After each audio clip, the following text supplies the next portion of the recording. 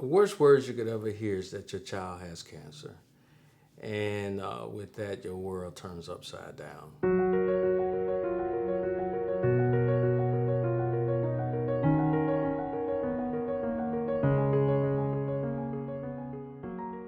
It was just like knots all around his neck. And I was like, Chris, look at Christian's neck. He was like, that might be mumps. I said, Chris, people don't get mumps no more. So I took him to the doctor, to the emergency room that Friday. And she said, well, it might be strep throat. School started Wednesday. I said, she gave me the medicine. I said, well, maybe get the medicine. Went to school. I was like, something ain't right. I got out of work, took him back to the emergency room. They tested his blood. He said, well, when was y'all in the emergency room? I said, we was here Friday. She said, nobody test your baby blood? I said, no. He said the cancer was already there. That was August 9th, 2018. My baby started getting chemo that day. I'm a carpenter by trade. If I could fix it, I would fix it. But knowing that I can't fix this is abnormal, my duties as a father is to try to keep it as normal as possible. There are a lot of restless days. You are constantly thinking all day, how do we make this right?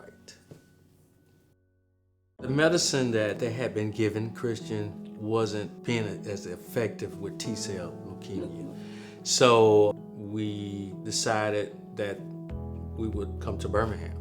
So we had gotten in touch with Ronald McDonald House, and being here really eased the transition.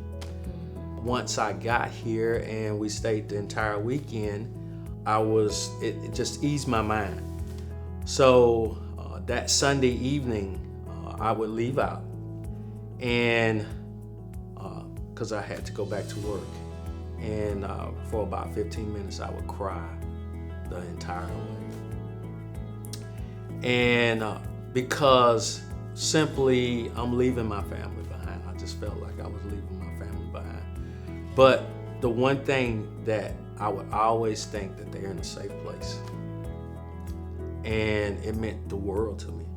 When you first walk in, you're looking around, you're trying to make sure everything is what it is, what it needs to be.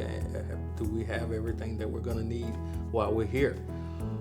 The facility is the greatest thing ever. I mean, we are just like we're at home.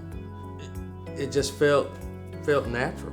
I mean, we at a point, we couldn't tell the difference. We were here, we were home. And that meant a lot. Christian was running around with the other children. We were mingling with the other parents, and it just felt so good. At some point, you realize this is family. We had long days with treatment. Sometimes it would take, 10 hours? About 10 hours, 10-hour days. And imagine that, and you trying to find food or a safe haven over your head, already here. It's already here, it's already provided for you. All you gotta do is just come home.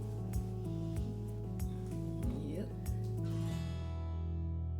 When you think about supporting the Ronald McDonald House, the first thing I think about is all the love that goes into it, that you can't help but see and feel. Why wouldn't you want to give to that? I think everybody that is involved in this, because the one thing that I understand, it helped me regain my son. And without this, I couldn't imagine my own stability. I'm forever grateful for this. If it weren't for the Ronald McDonald House, I could only imagine how we would have made it.